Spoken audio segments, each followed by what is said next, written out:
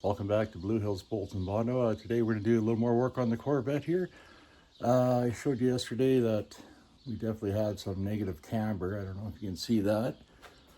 I'm going to install some of those new suspension parts that we got here, and also I'm going to change out this tire. It's a 255/60/15, so it's a little big. I got a 225 that I'm going to throw on, and hopefully that helps a little bit. It is rubbing as I try to move it forward and back, so we'll get rid of the big tire and put the suspension components in.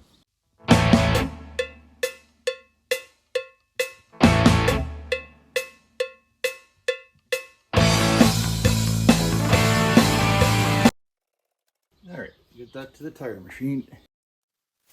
It's got a little hit on the rim here too. Might have to try and tap that out a bit. Hey, so one tire off. Maybe we'll see if we can fix that little ding there.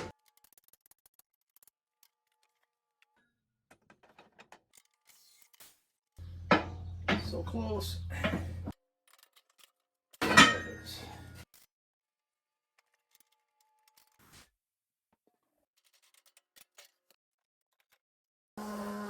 Well, it definitely rolls a little easier.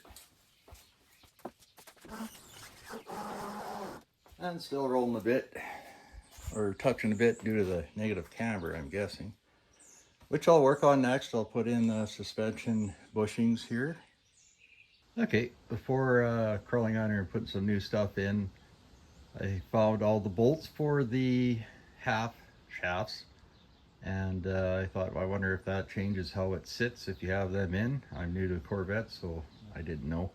Anyways, so the half shafts are in. It's sitting on its original suspension. It looks like it's got a bit of a positive camber on this side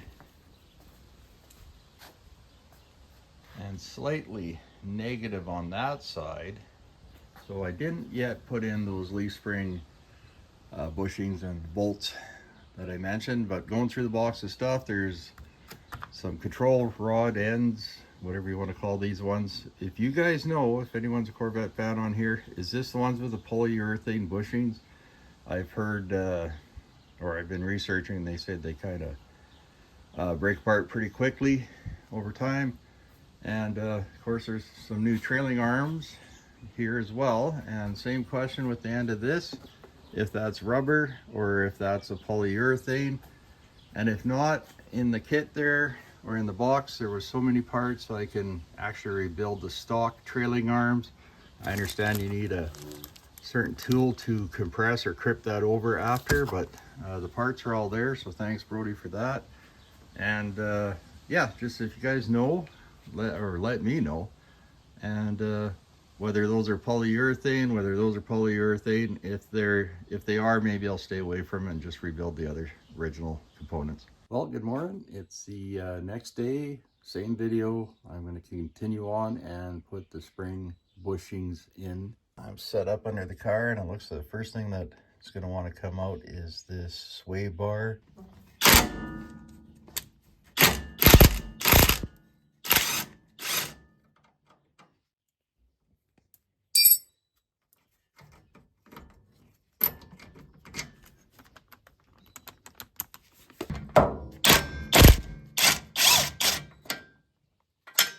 Jack up the car and get this weight off that. There you go, with the jack on, it seems like it's going to be a little looser.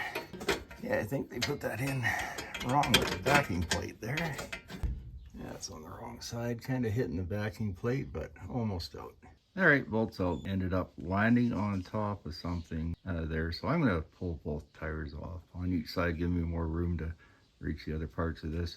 Okay, well, as you can see, the tire is off on both sides and gives you a little bit of access to that top of the sway bar mount. We'll take that off.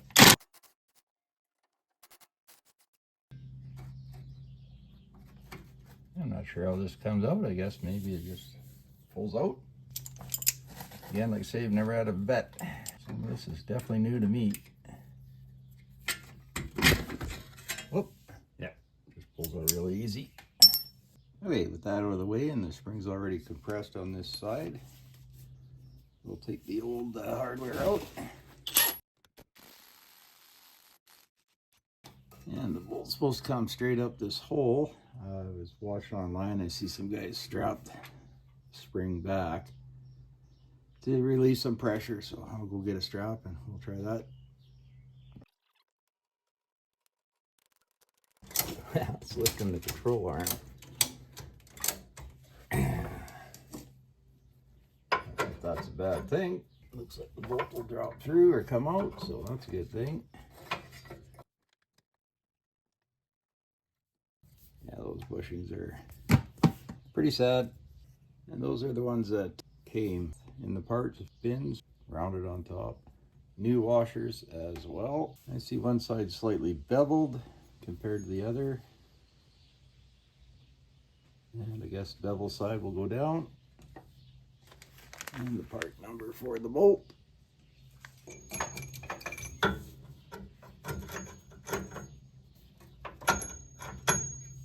we still need to move that a little bit, I think. Boy, that is hard to move. Might lower the shock or the spring a little bit, see if that helps. Yeah, it still seems quite a ways away. All right, well, I hooked the come along on. I couldn't get enough with the ratchet strap, so got that kind of hanging there. Just gonna get it reassembled here. Oh yeah, of course that's in the way a bit. But I think I wanna get a few threads on there. And maybe let her down a bit after.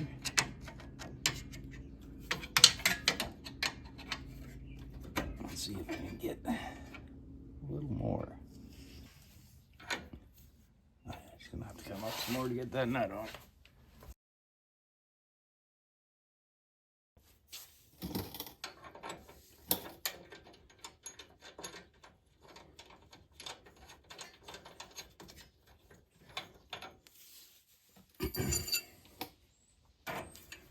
Yeah, I don't know if I can get that in there now. See if we can run her up a bit. We're getting close. Let's let off and reconfigure maybe. There we go. All right, got some compression on both of those. I'm going to let this off.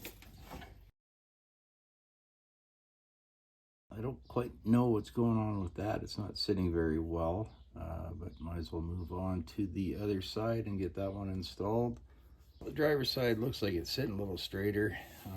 Still got to get this sway bar bracket off and we'll replace this. All right, take a little more tension off.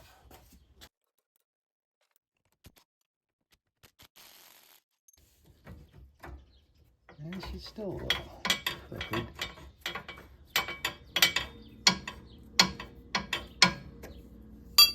Okay, I did put a ratchet strap on this leaf spring to hold it a bit, but it looks like you just lift up kind of on the trailing arm here and get your bolt out that way.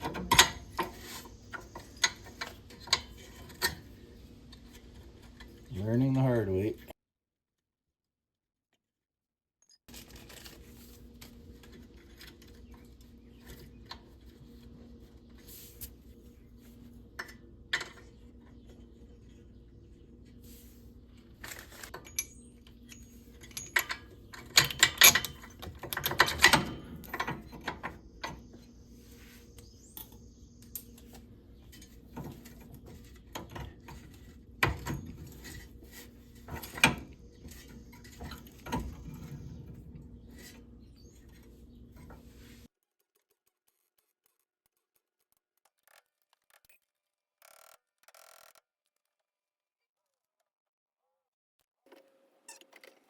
Yeah, it seems like it's almost too big, that top bushing.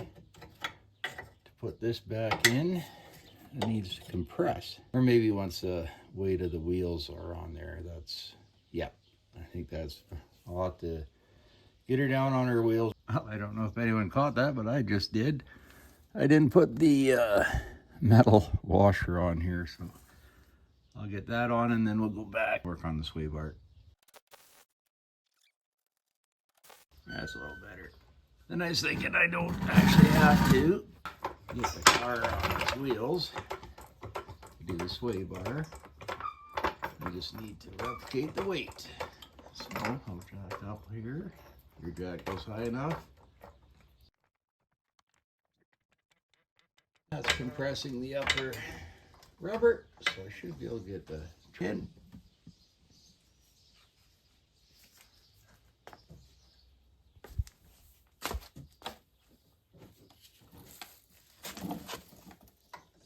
Oh yeah, now that piece slides right in.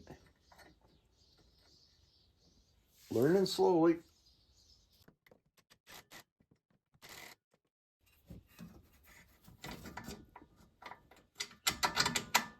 There, and I put the bolt in from the inside of the car. I think that's probably the proper way of doing it.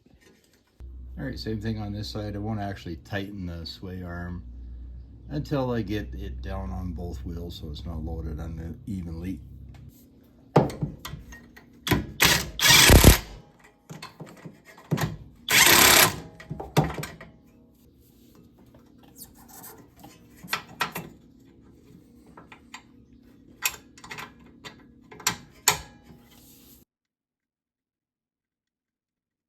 Again, I'll tighten that once it's on the ground and it's evenly loaded. All right, so we're back down on the ground.